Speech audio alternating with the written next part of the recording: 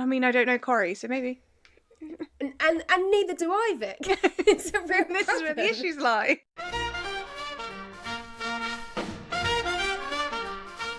Hello and welcome back to Why Don't You Watch Corrie, the podcast where I, Emily, try to convince my sister Vic to watch Coronation Street. I only started watching in January, and several months later, I am still learning the history of Weatherfield through a combination of enthusiasm, hearsay, and the kindness of strangers. And somehow it's working. I still feel like I've got a fair amount to learn though. Yeah, so what have we got this week? Well, first of all, some very exciting news. Have you converted someone? No. Okay. Got yourself casting, Corrie? Sadly, also no. Okay, then what? Legacy Lauren is back. Ah, the return of our roving cobbles correspondent. Exactly. For weeks now, she has been travelling the globe, asking everyone else the questions. Like some sort of Weatherfield Michael Palin. Yes, but now she is home. And it is her turn. Because this week the questions are coming to her. Finally, some accountability. Exactly.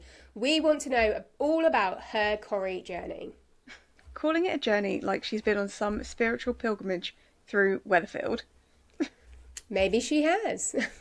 Apart from that though, Business as usual. we've got another week of drama from the cobbles. The usual segments. The usual theories. And the usual amount of overinvestment from you. It's called passion, Vic. It's called needing some more hobbies. Hey.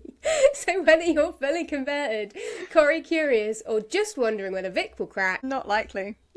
but not impossible, let's get into it this week on Corrie.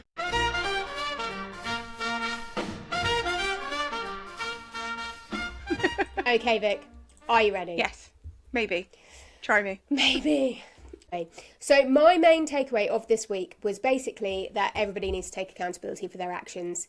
This Okay. street Oh, God. has just been, the last few weeks, everyone has been blaming people left, right and centre, and I think it's about time that they all just stand up and go, do you know what? It was me. I'm the problem. Yeah. Yeah. It's getting silly now. But where are we going to start? We are going to start this week with Has Potts. Oh, okay. Storyline 1 of the week. So as we know, Harry Potter last week ended the week by being taken into hospital. So the week opens, Okay. he's in hospital.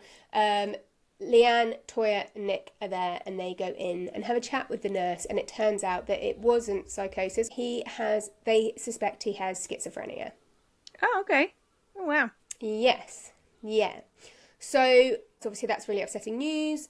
Sam, Harry Potter, is prepared to see Toya and Leanne, but he doesn't want to see Nick because at that stage his meds aren't necessarily working. They haven't found the right meds for him, and he's still convinced that Nick, his dad, was out to get him. So the beginning of the week, Nick's really sad about this. Nick is blaming everybody else for not telling him. Monday's episode, he has been sectioned. The Platts are all at the bistro having a chat, which includes Eva and the landlord, because obviously Eva's part of the sisters, Leanne, Toya, Eva, sisters, landlord's with Eva.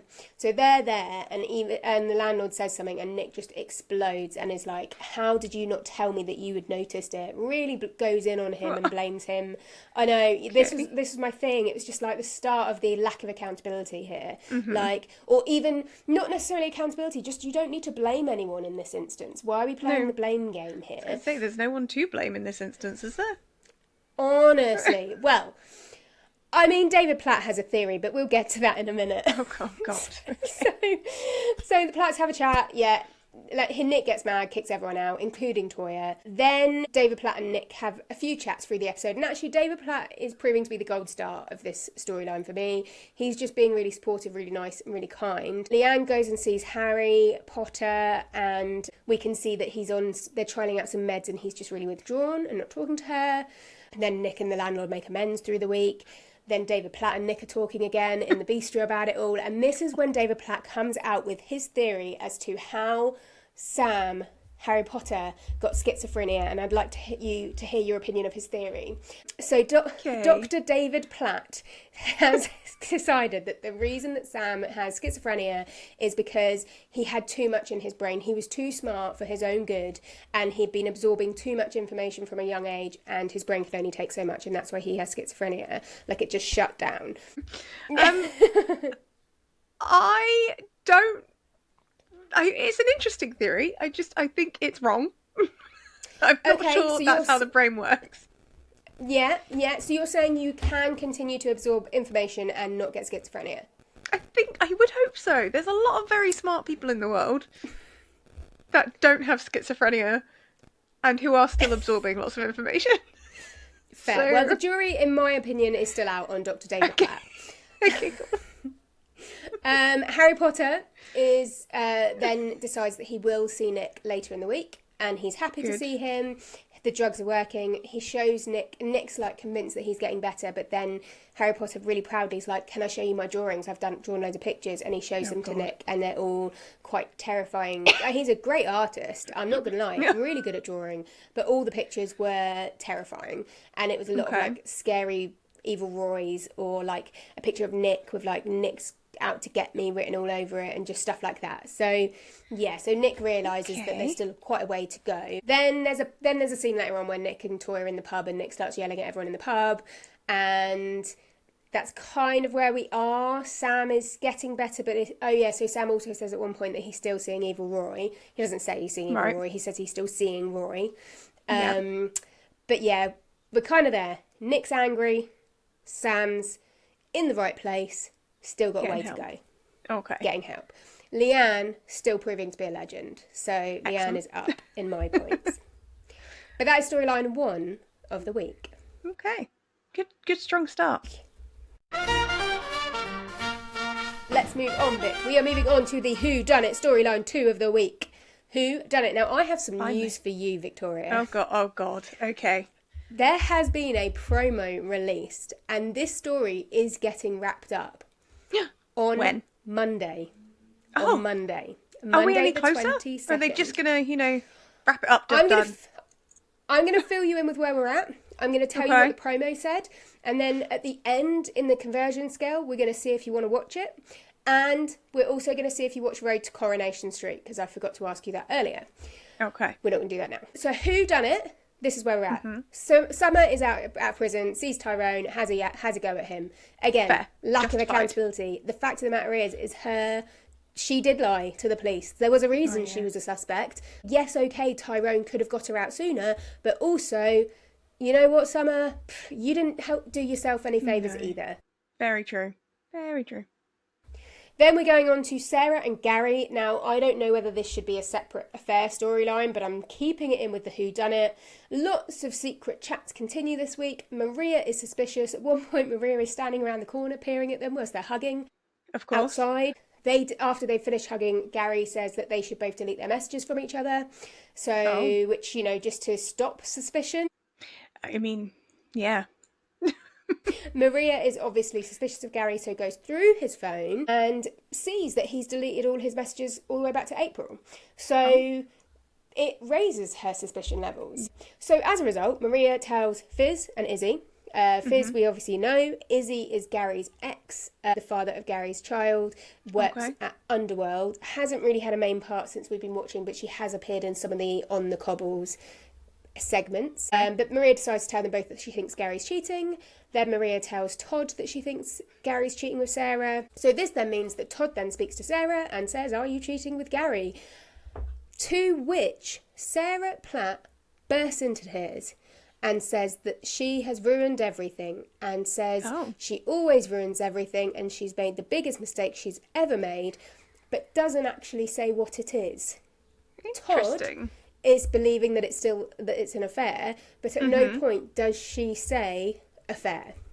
Okay. Interesting. Yeah. Sarah Platt then goes and talks to Gary and says that Maria thinks they're having an affair. Gary's like, "Don't worry, I'll sort it out." So what does he do? He rocks up at the house with some flowers. Nothing screams suspicion than a man buying you flowers and deleting all the messages from his phone. Nope. That is, it's fine. And then later, when he realises that doesn't work, he surprises them with a holiday to Orlando. Nothing screams suspicion more than a guilt trip. Yeah, literally. A guilt trip. So now Maria's convinced more than ever that they are having an affair. There's a little scene later on where Lisa and Kit have a chat about the case, where basically Lisa's boss is like, guys, you really need to get this case wrapped up. Kit's like, do you know what? It's Gary Windass. I know it's Gary Windass. I just can't prove it. I'm going to put pressure on him. And Lisa's like, you can't, because then you've put pressure on a witness. And he's like, no, but just let me do it. And she's like, no. That is all we have this week, okay? Okay. Now, what is happening on Monday is the big reveal is happening at a dinner party. Oh, okay. It's like a murder mystery. Before we get there, actually, the other thing that happened this week, which is in my minis, but I'm going to bring it up, is Kit is speaking to Bethany Platt about the fact that he is planning on proposing to Sarah Platt. So that's a little side in there. Okay. But then we go on to Monday. There is a dinner party which involves Summer, Todd, Sarah Platt, Kit, Maria, and Gary. Okay. So that's what's happening on Monday. Does that mean those are now the final suspects? Because, you know, the Undertaker and the Cleaner aren't there. Probably not. So are they ruled out now? No, exactly. Of course not. Or, I mean, part of me is wondering if it's just going to come out about the fact that perhaps maybe the reason why Gary and Sarah are being so shady is because maybe it was those two that had sex in the container that night, which is why he deleted the CCTV footage. And maybe it was just a one-off, you know, what's it? But then we have now seen the flash forward where he stood at the top with the lead piping. True, very true. Who knows? I'm at a loss, Vic. I'm at a loss. I've reached the end of the game and I don't know. I don't know who I think it is. We just have to wait and see. I mean, I feel like I stand by that. I think the flash forward is the flashback. Oh yeah, flashback. I don't know why I keep saying flash forward. It's fine. It's all right. Whatever it is, to him stood at the top with the lead piping. Just, it seems like it is a red herring. I just think I just don't know if they would do that. I don't know Corrie, so maybe. And neither do I, Vic. It's a real This is where the issues lie. It's where the issue lies. I feel like it would be another... I feel like in every good murder mystery, there is one last red herring before the conclusion. Yeah. So is that the last red herring? And then we're going to get the conclusion and it's going to be Todd all along. Because... Seriously, I do think... I mean, this has been the only week that he's not annoyed me, to be honest. It must be him then. Yeah, I mean, maybe it's him. There's something that I'm going to tell you about with the cleaner when we get to it, but I mean, it wasn't. I mean, yeah, but then she's not at this mystery dinner, so I'm stumped. I am literally stumped. But luckily, I've only got 2 days to wait. It's true. And maybe you only have 2 days to wait too. Who knows? Okay, that's it. That's storyline 2 of the week. Let's move on. Storyline 3. Are you ready? Yes. We have the return of Big Bad Baldy having his own storyline. It's about time. He's been far too quiet. Yeah, he's been far too quiet. Big Bad Baldy seems to have had, is trying to go straight, as he said. He's trying to not be the Big Bad Baldy. He's just now Big Baldy, apparently. It's not quite got the same ring to it, does it? It doesn't. Apparently, all it takes is someone dropping a car on you for you to have a personality transplant. So, I mean, honestly, I think that's fair. Anyway, BBB, Big Bad Baldy, has turned down a job from Fiona, which is the person who was getting him on all the bad jobs before. So, as a viewer, genuinely believe that he is changing for the good. But then on Monday, he has a bit of a rough week. He had applied for a job as a mechanic, and I think Kev gave him a bad reference, so he didn't get the job. Rude. And then in a moment of weakness, he says to Fiona that he'll do her job. So on Monday's episode, Tyrone decides to insult an entire generation, the millennial generation, by saying that the 90s was 36 years ago. And I tell you, Vic, that hurt. Yeah, I mean, he's not wrong. He's not wrong, but he could have said, he could have said 26 years ago, which also wouldn't have been wrong. True, very true. He went right back to the You know? beginning. He went right back to the beginning, and I feel like that was a hate crime from Tyrone. But It's a personal attack him. it was. But the reason he did that was because he was looking at a video that his daughter had made for a history project, which makes it worse, on the 90s. Man. We are officially history. But he decides to show Kev this video. Kev then ends up finding the video of Big Bad Baldy tinkering with his brakes and Tyrone dropping the car on him. So this then leads to a whole range of emotions from everyone, but predominantly anger. And Kev decides to find Big Bad Baldy and have a go at him and was like, you tried to kill me, you're done for, kind of thing. Ronnie decides to play the peacemaker. So Ronnie, Kev, Tyrone and Big Bad Baldy go to the garage so they can all have it out and just fight it out and stop all this arguing because it's causing issues with Debbie and her dementia. So he's like, we need to just sort this out. They go to the garage. They have a fight. They have an argument fight. Kev, you tried to kill me, you're done for. Tyrone, I'm fed up with the both of you, stop this, kind of thing. Ronnie, we all need to calm down, like blah, blah, blah. Escalates.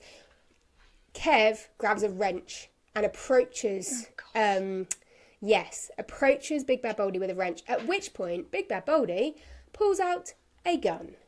Because his job from Fiona was to be given a gun and was to move it somewhere else for them. Cool. He was going to get paid money to do that. But this is the in-between when he has the gun.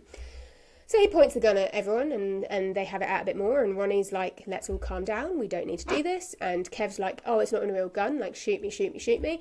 Reaches a peak point and then Big Bad Baldy just kind of gives up. And he's like, I am trying to change and you're not believing me. Yeah. And if we've reached this point where you're not going to believe me, then, and he puts the gun down, he pushes it over and he says, you might as well end it for me, basically. Oh, shit. So then Kev picks up the gun and goes, well, this is a fake gun. So I'm going to, so he points it at him, thinks it's a fake gun. Ronnie's like, it's not, it's real, wrestles him, gun goes off, luckily doesn't hit anyone, but that's when they all realise it's a real gun. Everybody has a bit of a kind of moment, and that is what it takes for forgiveness. You've just got to misfire a gun. Because then they all decide that, hey, you know what, things may have escalated too far. So then they all decide that they're going to forgive each other and move on, and things start to plateau, which is delightful. I mean, it's about time. Yeah. Big Bad Baldy goes to drop off his gun. He leaves it in the wheel of a car. We see that he's being followed. We know he's being followed because the camera angle changes and it goes all wonky. So he puts the gun down, walks off, brings Fiona and is like, I'm done now, job's done, don't call me again, deletes, blocks her number. Okay. Walks off. Then we see, who do we see, Vic? No one but the sister. Oh, the sister walks up, finds the gun, has a little evil laugh, takes the gun, and I assume she goes back to the Platt house, so I'm assuming it ends up in her big box of mystery gifts to herself. Yeah. At some point we're going to learn what that box is about, right? At some point. However, this then kind of leads to an escalation point, and basically Fiona goes to the Chariot Square Hotel, which Debbie owns, and has a go at Big Bad Baldy and is like, where's my gun? Sends Debbie on a bit of a spiral. So she then finds out everything that's happened with the whole going to the garage and Kev almost shooting him and all of this sort of stuff, and is fuming with everyone. Tyrone is having issues with the whole gun situation. Tyrone needs to get a backbone. A bit bored of Tyrone, to be completely honest. Yeah. But yes. So we're kind of at the week ended with us still not knowing where the gun was. Potentially, Big Bad Baldy's life is in danger at this point because these are bad people that he's involved with. Debbie knows about everything and is angry and spiralling. And that is actually going to lead us into our next story. Okay. Yes. Gosh.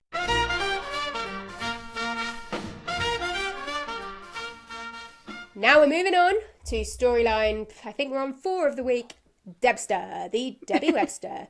Now, I'm not going to lie to you, Vic, this was up there with one of my favourite stories of the week, Debbie Webster. Okay. Though, you know, last week, we've had a couple of weeks now of us being reminded that she's got dementia. Yeah. And last week they talked about the fact that they were going to go to Spain, and then they didn't because she was worried she was going to have a dementia moment while she was out there. Yeah. So this week, the girls decided that they were going to bring Spain to her Oh God. Okay.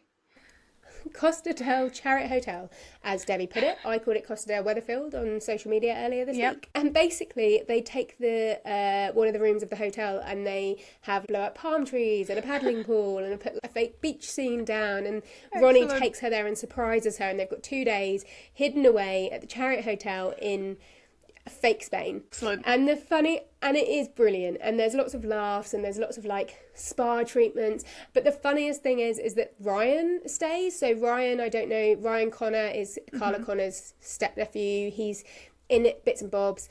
He stays as the like butler for the holiday, and he's been given a selection of different outfits to wear, which was interesting. But honestly, this whole storyline was just heartwarming and lovely, and there isn't really much more to say on it. They got drunk one night.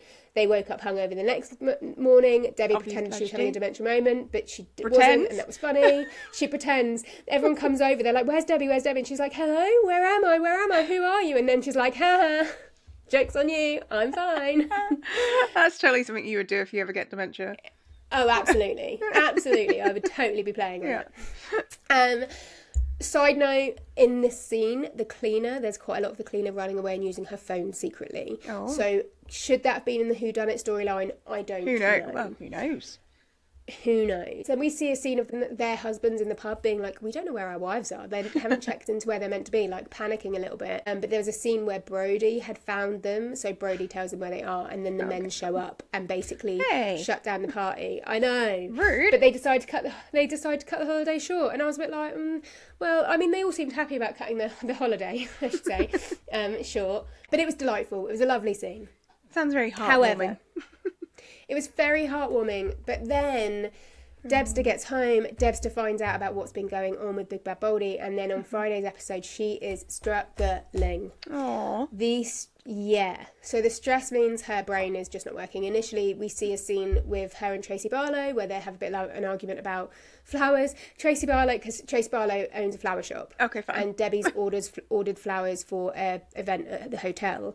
And Debbie's like, you need to come around and pay me for those lilies. And Debs is like, I ordered roses. And then Tracy goes, you can't punish me just because you're losing your marbles. I was like, oh, cutthroat. Ouch. Yeah. Then later on, she's having a go at the boys about the gun, and she forgets the word for a gun and calls it a spoon. Like, so there's things happening. But then she gets the baby. There's an event that is a baby shower, and she's talking to the parents of the baby shower who are, it's not a baby shower, it's a gender reveal. Yeah. And Ryan is talking to them, about like when they want things, blah, blah, blah, and Debbie walks over and basically just reveals that they're having a boy because she just kind of didn't realise, like so Ryan has to clear up after her mess.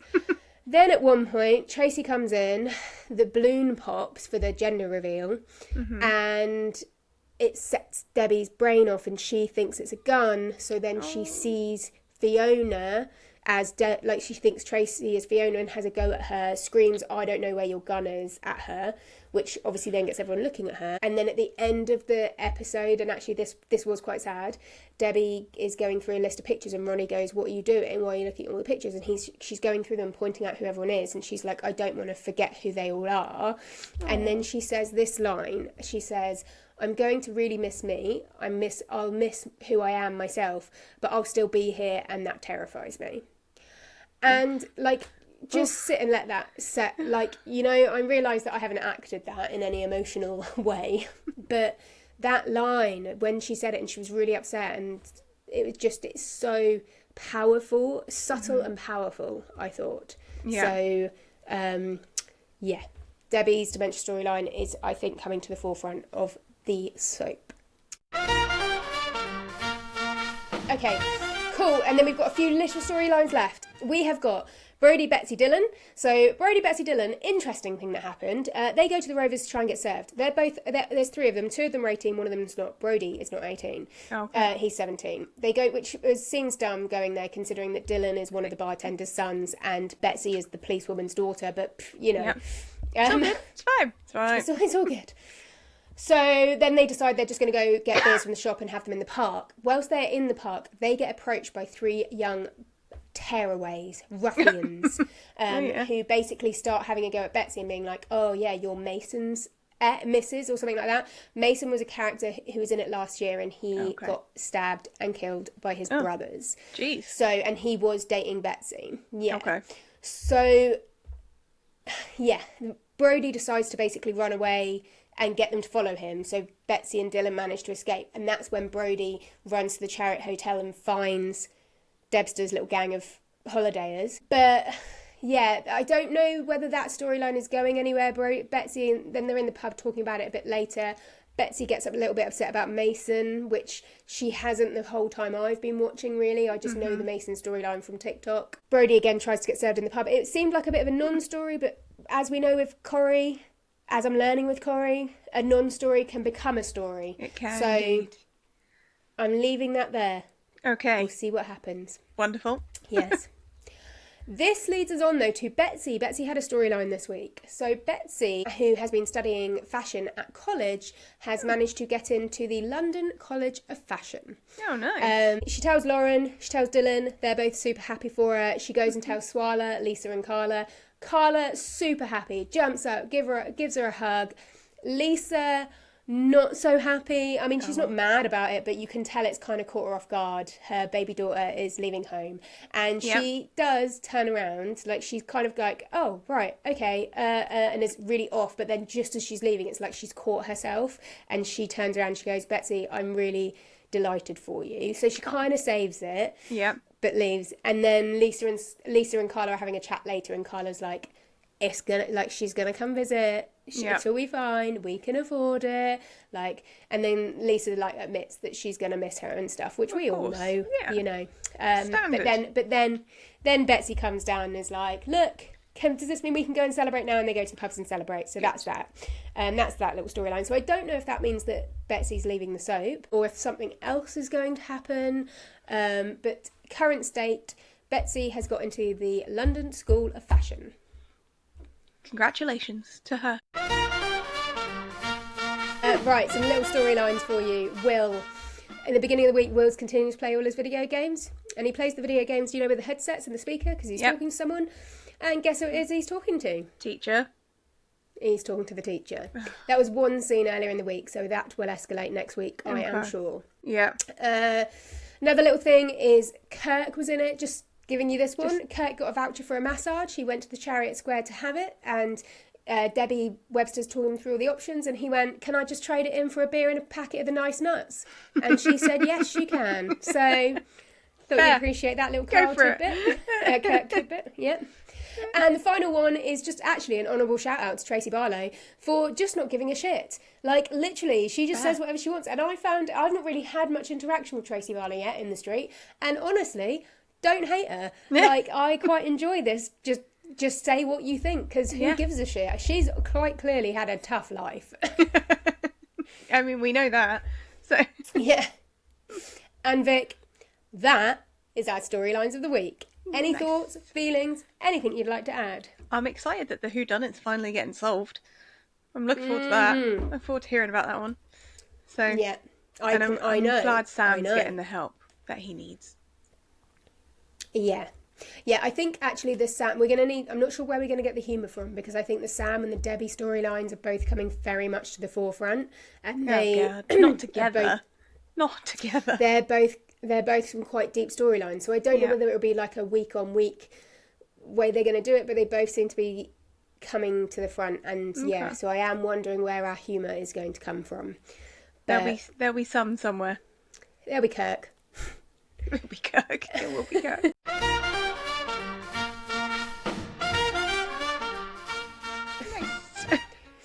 Okay, Vic, let's move on. Let's move on to our Coronation Street Stats Report. This is the part of the show where I run through the numbers of the street. And I'm just going to dive straight on into it. And I'm going to start with some sad news today, Vic, because we had 3 zeros. And those 3 zeros were my 3 favourite categories. Don't be daft, Fancy a Brew, and Flamin'. Not a single one. What? For those I mean, this week. I guess... Is it because of the scheduling? There's just not been enough times. Not been enough episodes. Honestly, I don't know, Vic. I do not know, but I am flabbergasted and shocked. Okay. Okay. Every time someone promises something they shouldn't was a 2 this week. Okay. New tally alert, which I'm going to throw in here. Times I welled up was a 4 this week. Feel like with the storylines that are coming, that's going to increase. Honestly, 2 of them were like heartwarming ones with the girls. But yeah. Meaningful stares was a 3. Conversations that happened in public that shouldn't have done was a 10. Arguments and storm outs was a 4. Gasps was an 8. This was a very gaspy week this week. Moments I yelled at the TV, "What are you doing?" was a 4. Suspicious behaviour was on a 5. Villain energy were on a 3. And laughs this week, Vic, we are at a 35. Not a record high, but certainly one of our higher figures this week. And it was predominantly down to our ladies. Excellent. Yeah. I mean, the men seem to be quite mopey, so that's fair. I mean, I agree. I do agree. Anything you would like to add to the stats report this week, Victoria? I mean, I'm a bit concerned that you're already getting this new stat with the welling up. It's not looking good for you. Yeah, I'm not sure if that tally will stay, but I felt like it was, because it happened enough times, I thought it was worth a note. Yeah. I'm intrigued to see if you'll ever get the how many times I ugly cried at Corrie this week stat. Oh my god, if I ever ugly cry at Corrie, that will be making it in, Vic, along with a meme of Kim Kardashian. Oh, of course. Of course, there's no other way.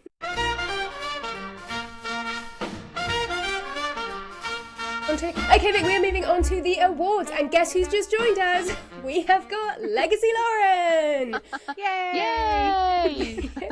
Welcome back. Welcome back to the country. I am in the country. Officially back in the country. I mean, I feel like you've been away for years. I feel like I've been away for years, and I have still quite a lot of Corrie to catch up on.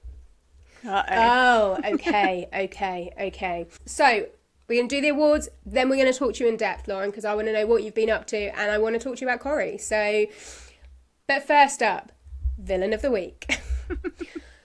So this week we have 2 potential villains of the week. I have found this week that the villains haven't been that villainous. But this week we have got Sister and we have got Megan. So Megan was back in it for a scene where she's managed to get back in contact with Will. Sister stole Big Bad Boldy's gun. Neither ideal, but for me, villain of the week is going to go to Megan, because Megan is a villain. Sister, I still have no clue what's happening with her, and I'm bored of her. Isn't that so irritating? So irritating, isn't it? Honestly, that whole storyline, I'm like, it was funny. I was finding it quite funny, but the internet reached this point a long time ago, but even I've reached a point now where I'm just like, I'm done. We're done. We need Corrie, that to come forward. Like, you need to tell us what's happening. Yeah. Anyway, I digress. Let's move on to our most valued player of the week. So these are predominantly all Monday's episode. We have David Platt for just being I've seen this one. Yeah, so I'm actually up to date I with know. Okay, so we've got 4 from Monday. David Platt for just being quite supportive of Nick. I can't remember if it was Monday or not, where he suggested that Harry Potter got schizophrenia from being too smart, which was quite funny. But yeah, so that's David Platt. Ryan is in there because obviously Ryan was the butler for the holiday, Costa del Weatherfield or whatever they were calling it. The girls, who are all of Debster and her girls, but not Debster, but the girls that were there to support her and do the fake holiday, because I just thought that was absolutely delightful. And Ronnie, Debster's husband, who organised the whole thing. So that whole universe of people, basically, are in the MVP Basically, that one story is your MVP. That one, exactly. Yeah, the hotel in Spain, the Spain in the hotel, and David Platt storyline. Yeah. That storyline, the hotel in Spain, is genuinely my highlight of the week. Lauren, as you have seen Monday's episode, I'm going to let you pick our MVP of the week. Oh my god, this is so fun. I'm going for David. David. He was so interesting. Nice to Nick. He was so nice to Nick. And my favourite moment was when Nick is really tearing himself in bits about, I lied to him and I forced him into hospital. When David goes, well, look, let's just talk through what would have happened if you didn't lie and if you told him the truth. You know what? We'd still be here. And then Nick goes, what am I going to do? And David just goes, love him. And I was like, big love for that. I didn't tell Vic that bit, no, actually. I didn't get that information. I just got he's got a theory about... Brand new information. Thank you. I was more focused on other things, like the Debster storyline. Yeah, true, very true. Okay, I will listen back and appreciate that. Well, do you know what, Vic? If you watched Corrie, you would know all of this anyway. I don't need True. to. This is what this is for. Anyway, moving on. David Platt, MVP of the week. We're moving on to our comedy. We're moving on to our comedy/unhinged moment of the week. And we have got 3 options for this. Number 1 is Ryan being the butler for the Costa del Sol, but dressing, and correct me if I'm wrong here, Lauren, but they gave him different outfits based on their fantasies. Oh. Funny, unhinged, combination of the two. Yeah. Yeah. It was a little uncomfortable, I'm going to say. It was. Option 2 was Maria was in the pub at one point, and Sean, the bartender, put a towel on his head and started singing Ave Maria, which was hilarious and bizarre. Excellent. And hilarious and unhinged. So there we go. Wait, why is he not MVP? I mean, seriously, Sean needs to at some point. And then our third option is Kirk, which I know is a Vic favourite, but at one point, Kirk and a load of the guys are sat talking at the bar, and they're talking about something positive, and Kirk goes, yeah, maybe they're all lying, and they're talking about where the wives are, sorry, because the men don't know where the wives are, because they haven't checked into the resort that they claimed they were going to be at, because they were all secretly at the Chariot Hotel. And Kirk goes, maybe they're all lying in ditches. And everyone's like, what? Oh my God. And he was like, no, that's a really good memory for me, lying in a ditch. It was just like, every week, Kirk just blows my mind. No. Bless you. I know. He is great. And he is great. Vic, you can pick comedy and unhinged moment from the week from that information that you've just received. I mean, you would expect me to go for the obvious, Kirk. I know. him. I'm waiting for that option. I think actually I'm going to go for Maria and her being sung to. I don't know. Short context Wait, here. so Sean with the towel on his head. Sean with the towel on his head is our comedy and unhinged moment of the week. Now, for weeks I've been talking about how good the insults are on Corrie, but I normally forget to write them down. So this week I have written down our best insults of the week, and number 1 was Tracy Barlow. Tracy Barlow was back in on it on Friday. I was saying to Vic earlier, I've not appreciated Tracy Barlow before. She's not really been in it since I've been in it. She's great. Since I've been in it. Well, she's... I've been in it. Oh, Freudian slip there. Yeah, it was, wasn't it? If only it was true. Tracy Barlow turns around to Swala and basically says that one of them dresses like Batman and one of them dresses like Mr. Bean. That was on Friday, which obviously neither of you have seen. I'll let you guys guess which is which. Sorry, what? Now I'm picturing one of them running around in a Batman outfit. 2, Tracy Barlow. Number 2 insult of the week, Tracy Barlow turns around to Debbie with dementia and says, you can't punish me because you're losing your marbles. So, ouch. Ouch. Yep. She's brutal. Ouch. She is brutal. She is brutal. Number 3 is actually really only in it because of you, Lauren. So Sally turns around to Glenda at one point because they are talking about they're contacting their husbands and whatever, and Glenda makes a dig about why they're contacting their husbands, and Sally says, it's all right for you, you've got no one mithering you. And if it wasn't for you and one of your roving reports, I don't think I would have known what mithering was. Mithering, yes. Yeah. Oh, exactly. So that's number 3, and we do have a 4th, and I am telling you in advance, this one is actually the winner, regardless of Tracy Barlow. This was when Tyrone decided to insult an entire generation by telling us all that the 90s was 36 years ago. Yeah. We don't need to know this. He could have said 26.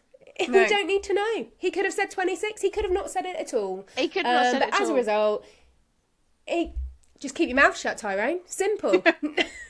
You pipe down, all right? Silence is golden, my friend. Silence is golden. If I wanted to know how long ago the 90s was, I'd look at a calendar. Like, I don't... Anyway, Tyrone wins best insult of the week. Yeah, he's insulted a generation there.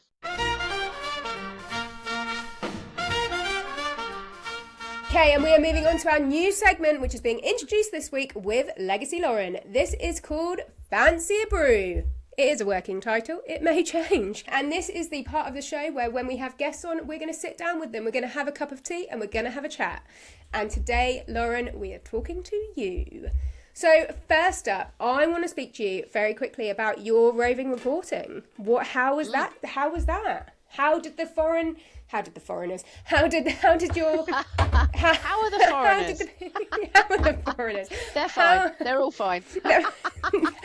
How did the people you spoke to abroad respond to Corrie? Do you know what? This is, and I think I said it a few times in my reflections when I was doing my Corrie correspondenting, but like there is a Coronation Street equivalent everywhere. Like it's crazy. And for me, that's an amazing like revelation, because you can connect with people and be like, oh my God, we have the same. But also, I think it really gets to the heart of why Vic should watch Corrie. Hang on. Yes, I am loving the level of peer pressure we're going to get in this segment. yeah, we're going in. But yeah, I just think there's something really universal about the really petty, squabbly, drama, villagey, neighboury type dynamics that everyone can resonate with. And that was my main reflection from being a roving reporter. I love that. I love that the bringing people together element, which has been my experience of Corrie so far. So whilst we're talking about Corrie then, let's hear when did you first start watching Corrie back in the day? And yeah, how did you get into it? What's your origin story? So my origin story is that I am so freaking old that there were only 4 TV channels. Me too, I'm that old too. Yeah, we're that old, right? So there used to be 4. And then, then we got Channel 5. Oh my God, how exciting was that? But there was not many TV shows to watch. And so everyone did watch it. And for me, my mum and my nan watched it. So it was on. It was just on. And it was just a thing. It was just a thing. So it wasn't necessarily intentional. It was just part of life, I think.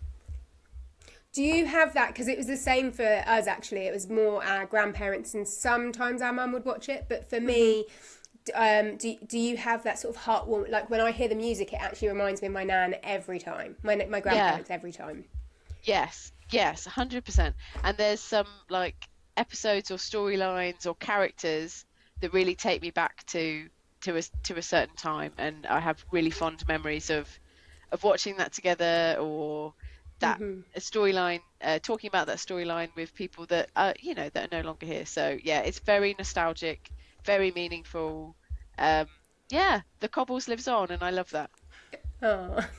Okay, so then let me ask you how you ended up, what made you move on? Was it just a lifestyle change? Was it a storyline that got a bit too much? Like what made you stop watching for a period?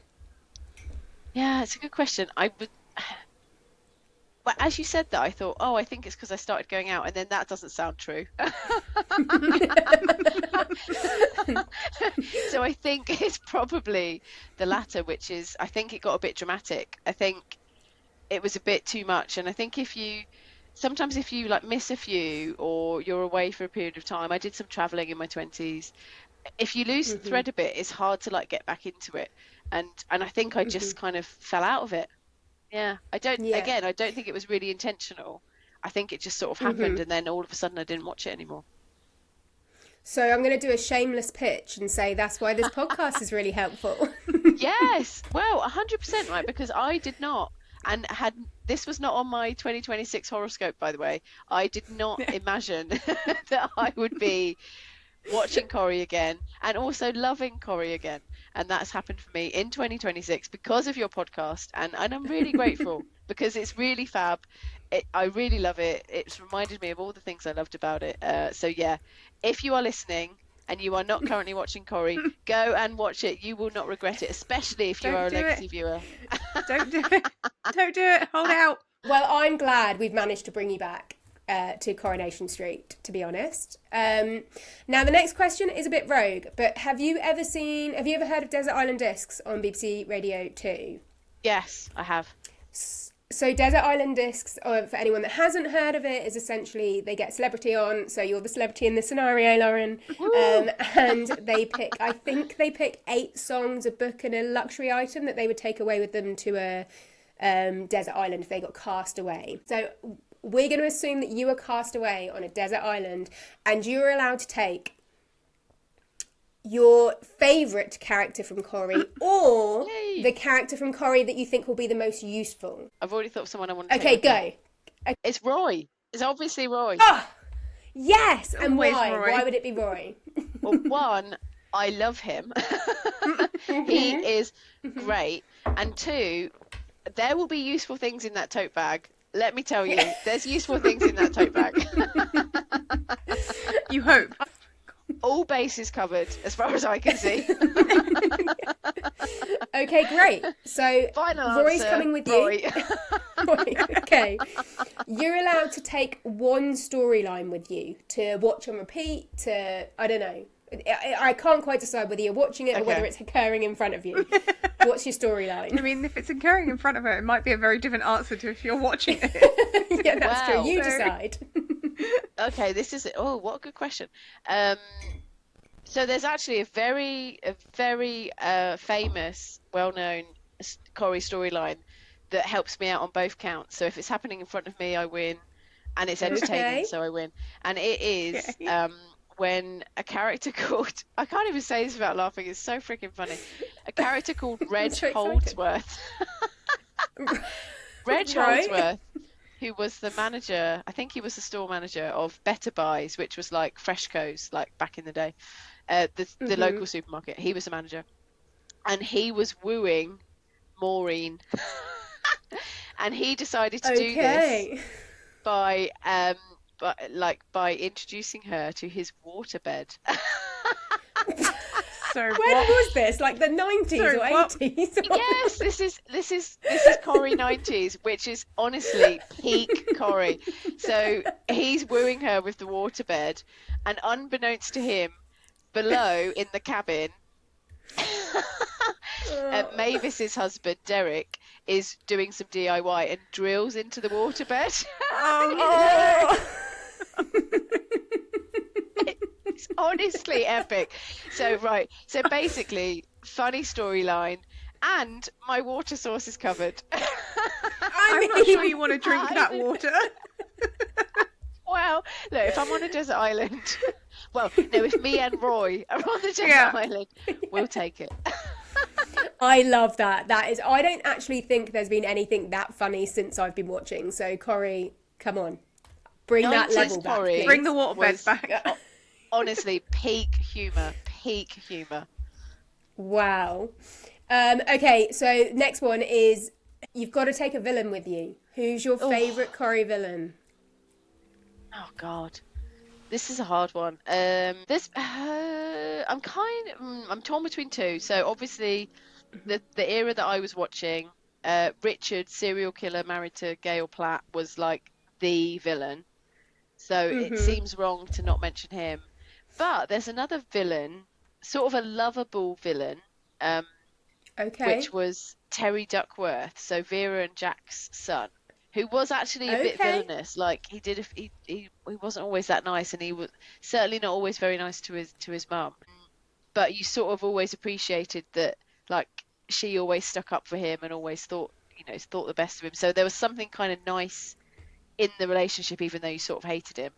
So I'm torn between those 2. But for the epicness and the Corrie famous storyline, I'm going to go Richard. So you've chosen to take a serial killer to a desert island with just you and Roy, rather than the guy who's the lovable villain. He hasn't got a car. He can't drive it into a canal. I think I can handle him. Okay. Okay, fine. Yeah. Okay, the next one is you're allowed to take a photo album of your favourite family. Who is your favourite family from the street? Oh my goodness. My favourite family. Oh, that's so hard. That's so hard because there's so many. It I mean, could be the OGs.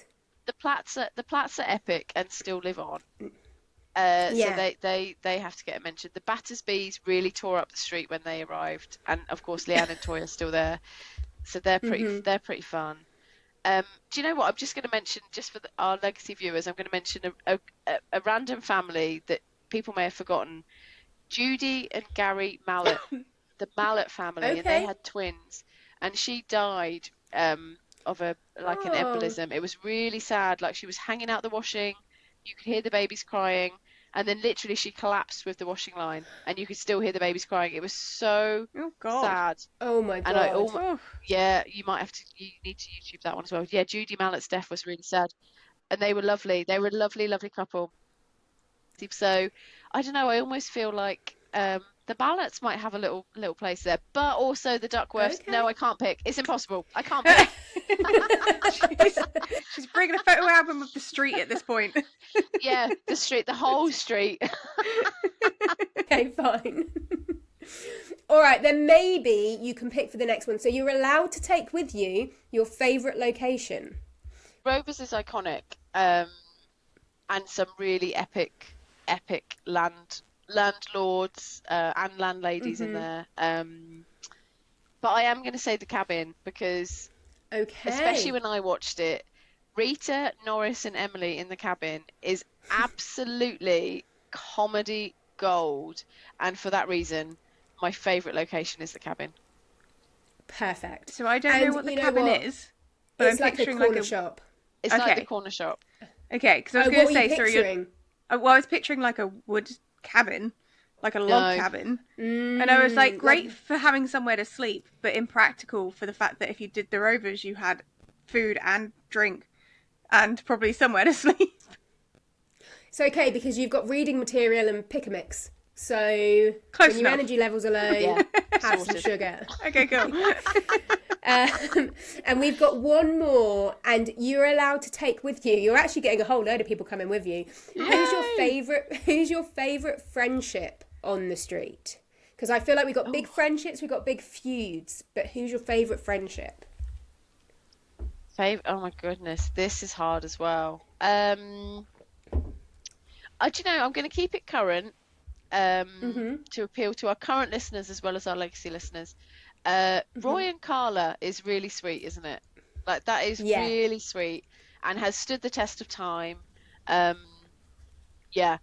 in the day, I'd have gone like Norris and Mary, or Norris and Rita, Fred and Audrey, but I'm going to stick with Roy and Carla. It's really cute. Okay, I mean, I don't know any of the others you talked about, but I do love Roy and Carla. My friend, YouTube. My final question is, why do you think Vic should start watching Corrie? Oh, God. Or can you suggest an episode or a storyline that you think would convert her? Either answers work, or both. Okay, so I think I don't think it's about the big storylines. For me, Corrie is not about the big storylines. Corrie is about those small moments, those really funny moments, those funny one-liners, the banter, the petty arguments. I love petty. I'm all about the petty. It's just that. It's that really makes you smile. And in a world that can be very, very dramatic, I just think that light-hearted relief is just so underrated, and that's why I think you should watch Corrie. And I really think that, you know, as we move away from the whodunits and what have you, then we'll see more of that coming. And I really think you should be there for it, Vic. Okay. Would you like to counter? I see your point. But I have many other things I can watch to get my lighthearted away from the world drama TV. So oh man. Okay, well the only thing to do now then is the lightning round.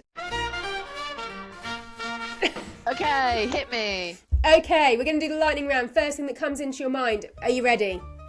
Yes. Favourite character ever? Fred Elliott. Favourite storyline ever? when the street got together and made a syndicate for a racehorse called Betty's Hot Shot. I love that. Biggest icon. Hilarious. Biggest icon. Bet Gilroy. Funniest character.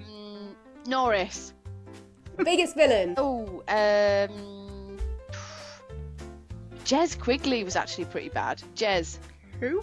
Okay. Saddest death. Don't worry. Oh, well, I've already mentioned Judy Mallet, but Vera Duckworth. Oh, sobbed. Absolutely sobbed. Okay. Best couple. Best couple. Steve and Karen. Hilarious. Okay. Character you'd most like a pint with. I don't know if he'd have a pint, but I really want to go for a drink with Roy. I'll have a cup of tea if necessary. Fair. Character you'd least like to be trapped in a lift with. Probably Dev. It's just a bit icky, isn't it? Agree. Which current character should Vic keep an eye on? I don't know what that means. Kirk. Done. And Sold. in your final quickfire round question, in one word, describe Coronation Street. Heartwarming. Oh, I love that. And that is our first ever Fancy a Brew with Legacy Lauren. Yay!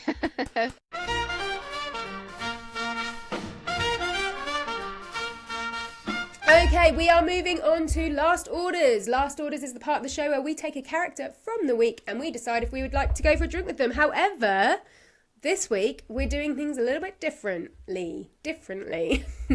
As we have Legacy Lauren with us, we are going to take advantage of her previous knowledge and we are going to do Blast from the Past Orders, where we pick a character from times gone by. Lauren is going to give us a little bit of context and then Vic and I are going to shamelessly judge them. So, Lauren, who are you bringing into the pub this evening? So, I've mentioned him a few times because he's one of my faves, and it's Norris Cole. Okay. I can't even say his name without laughing. Norris Cole. So, give us some context. So he lived with Emily. He worked in the cabin. He had a really sweet relationship with Emily. He was a little bit in love with Rita. Mary Taylor fell in love with him. They used to do competitions together. Did they get married? They got married to win a competition. Okay. Sorry, what kind of competitions? It was... they entered all the competitions. All competitions. Okay. And I think there was one, I can't remember the exact details, I can't remember what it was, but they found, he won a competition for like women's underwear or something. Anyway, they found a stash behind the cabin. Okay, cool. So we're going Norris. So personality-wise, I feel like I've heard him be talked about. They were slagging off David at one point, and they said, this was in the spoiler scenes, and David, they said, you're just like Norris, or they referred to him as Norris. So I feel like, is he a bit of a bad neighbour? Yeah. Was it an insult, or was it a positive thing? So, well, Norris was a bit of a busybody. So, and very judgmental. Excellent. So once he referred to Emily. He lived with Emily, and then Rita moved in with Emily, and then Norris got a bit jealous, and he described her tea bag habits as absolute lunacy. Why? Again, very iconic. So he said, "Oh, how are you getting on living with Emily? With Emily?" And Rita was like, "Yeah, fine. It's all working out fine." And he was like, "What about her teabag habits, though?" And she goes, "What about them?" And he was like, "It's absolute lunacy. She takes the teabag out of the cup, she puts it in a separate container, leaves it on the windowsill, and at the end of the week, do you know what happens? She just puts that container in the bin. You may as well just go straight to the bin. It's absolute lunacy." So, okay. So funny. So wow. Yeah, very judgmental, very humorous, very busybody, but deep down a really sweet, kind soul. And he has to be, right, because Mary Taylor fell in love with him. True. I mean, that's giving him props right there, isn't it? I agree. I feel like I've got enough to go through the ratings. What do you think, Vic? Well, let's do it. We'll find out. Let's do it, and you can tell us how close you think we are, Lauren. Okay. Okay, small talk ability. What do you think, Vic? Did he work in the cabin, did you say? Yeah. Should have good small talk ability then, in theory. Yeah. Although I feel like Mary Taylor would do some talking for him, like that sort of strong woman would talk for him. I don't know what the others are like. So, should we go like a 4? So it's like high, but not quite a 5. Yeah. What do you think? Yeah, Are we hitting the nail? You'd be fine. Norris would not struggle with small talk. Okay, perfect. Drama risk. I mean, it sounds like he's going to bring the drama. He might be the drama. He might rock up in ladies' underwear. We don't know. I feel like if you're look, only if he's won it in a competition, Vic. If he's won it in a competition, then maybe he will be in ladies' underwear. Who knows? Are we going? My head is going between a 3 and a 5. Yeah, so a 4. Out whether he's. Oh yeah, okay, 4. Yeah, which is basically a 4. Perfect. Is that a fair assessment? Yeah, he can be a bit judgy, a bit meddly. So yeah, that's probably fair. Mm-hmm. Okay, all right. So the next one's gossip value. I feel like that's going to be at least a 5. Yeah. Yeah. I think you're probably right. Yeah. Vibe check. So the thing that's bringing the vibe check down for me is the comparison that someone made to him for David Platt when David Platt was being cranky old man David. So that's what's bringing me down. I feel like in a pub, like you want a good vibe. If he's cranky, sometimes cranky's fun though. If you can play with the crank, it's quite fun. Any thoughts, Vic? No. I mean, I think this might be the one where Vic's just visualising playing with cranks. She's like, oh God, where do I go from here? How do we bring this back? I don't know. For me, I think I'm going to have to go 3 because I just don't know enough about him, so I've gone middle of the road. But okay, I'm gonna go 3 also. He was low for me because of the David Platt association, but then he gets points for the Mary Taylor association. So yeah. I agree, I'm going 3 too. Okay. And I think you've hit the nail on the head, Em, which is if you find sort of grumpy old man cranky like amusing and can work with that energy, then that's fine. But if not, probably not going to be your best pint ever. So then the final question is, second prime probability, are we making it to last orders with Norris? I'm going to go a firm no. Yeah. I might stay for a second, but I'm not going to last orders. Stay for another drink. Yeah. See how it goes. He's probably going home to bed early and you might be drinking on your own for last orders. Okay. I think it works Perfect.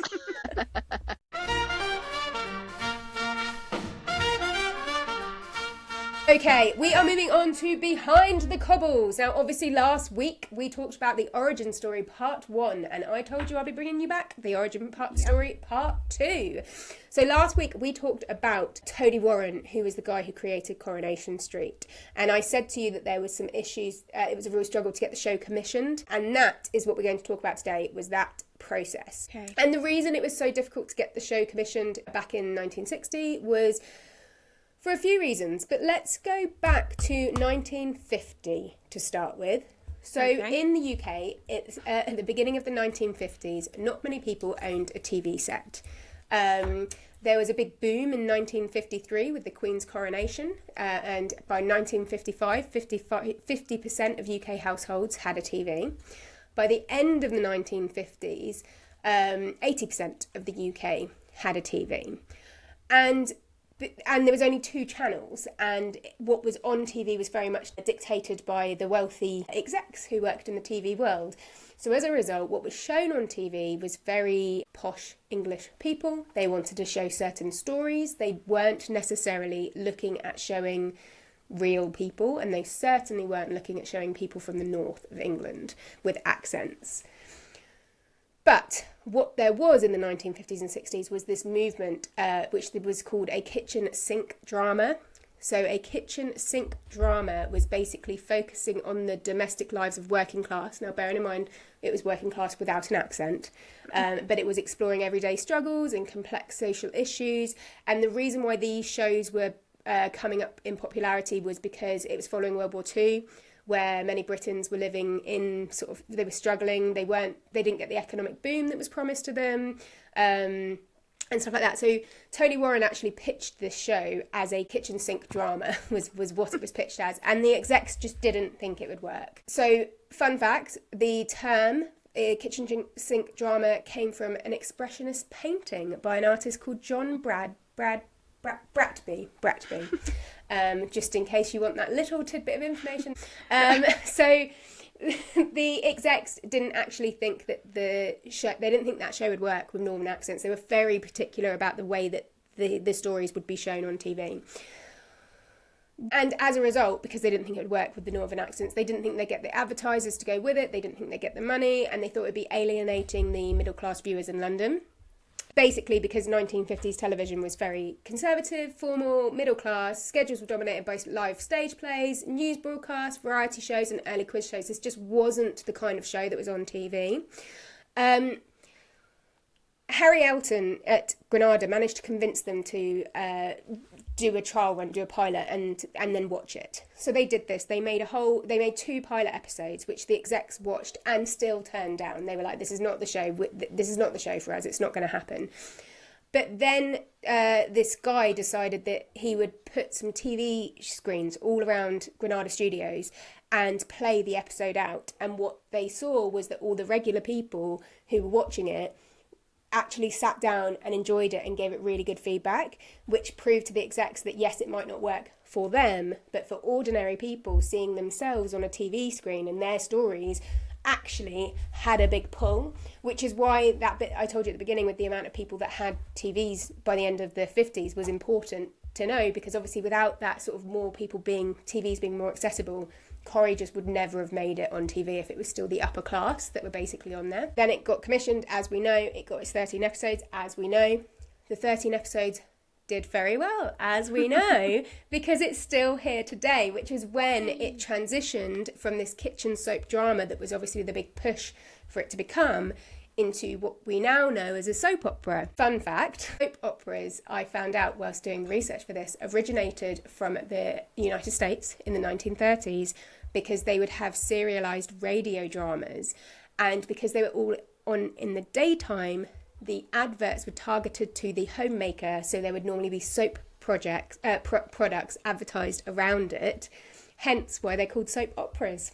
How fun is that fact? I didn't know that. That's a great fact. Yeah. Yes, isn't that a great fact? It's not Betty's Hot Shot, but it's a good fact. You are right.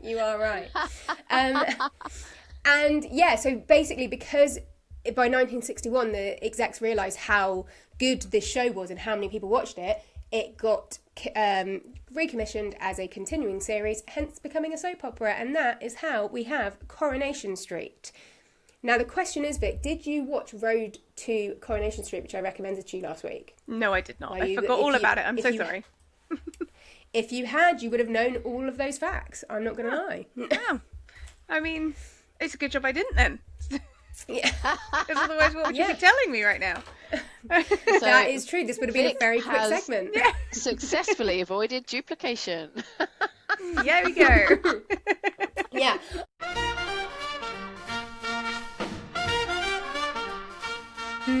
Okay.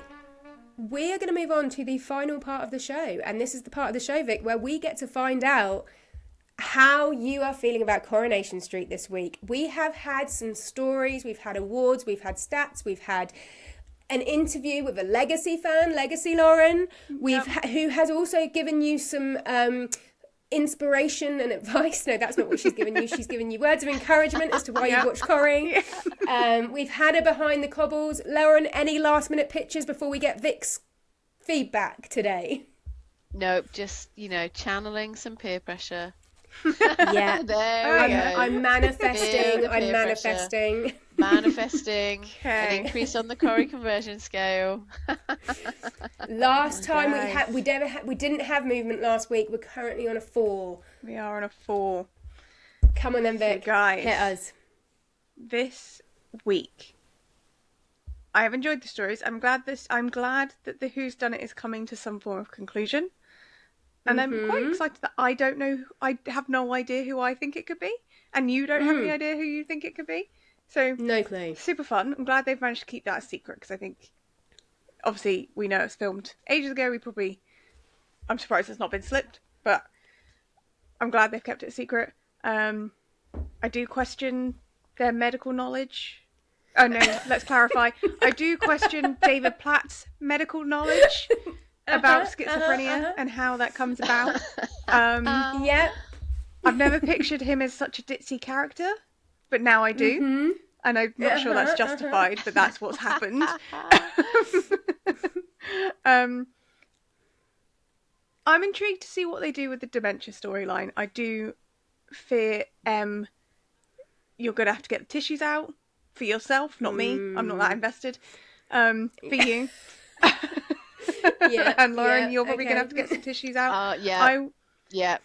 Definitely required. Lauren, you've already mentioned that you ugly cried at some story back in the day. Emily? Oh, Vera Duckworth. That's the one. And Judy Mallett. I mean, oh my God. So, and clearly ugly crying at Corrie does happen. And I'm intrigued to see your progression into that. So this is what I'm looking forward to. Great. Is your reactions to these upcoming storylines. The behind the cobbles was really interesting. Didn't know that about TV really back then. Norris, who the hell is Norris? I don't know. I still don't know. A t-shirt. Who the hell is Norris? So with everything that you've told me this past however long we've been recording for, I think my score this week. Oh, I don't know. Ooh, the anticipation. I was gonna give you a little summon to give you something, but okay, I'll do it. I'm gonna do a 4.25. What? Yes. I mean, I'm sad it's not more. Yeah, she's been doing it the last few weeks. VAR. 4.25. Until the World Cup's on. It's where I'm landing. I just don't think I can justify higher at this moment in time. Right. I'm happy for an increase. I question the legality of a 0.25, but it is up. Hey, there was nothing in the rules about anything. We're going to be at a 5 before you know it. We're going to be at a 5. I'm like... And that is halfway I'm there. all in for this. Exactly. Now, I have an end date in... Well, if we're getting to a 10, it's halfway there. Yeah. Okay, 5 is halfway there. I thought you meant I'm halfway to a 5. I was like, hang on. No, we're nearly halfway there. Okay.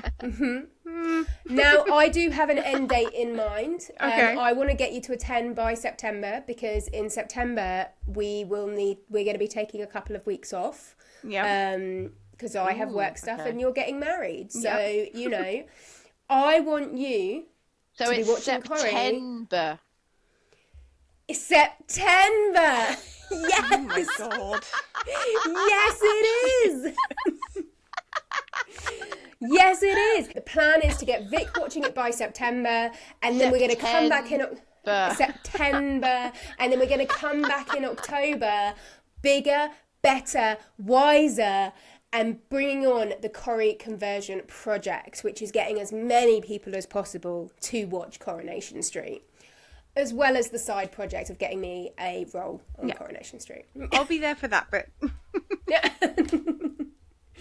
Okay, and that is Why Won't You Watch Corrie? I'm Emily. And I'm Vic. Oh, and I'm Legacy Lauren. And join us again next week.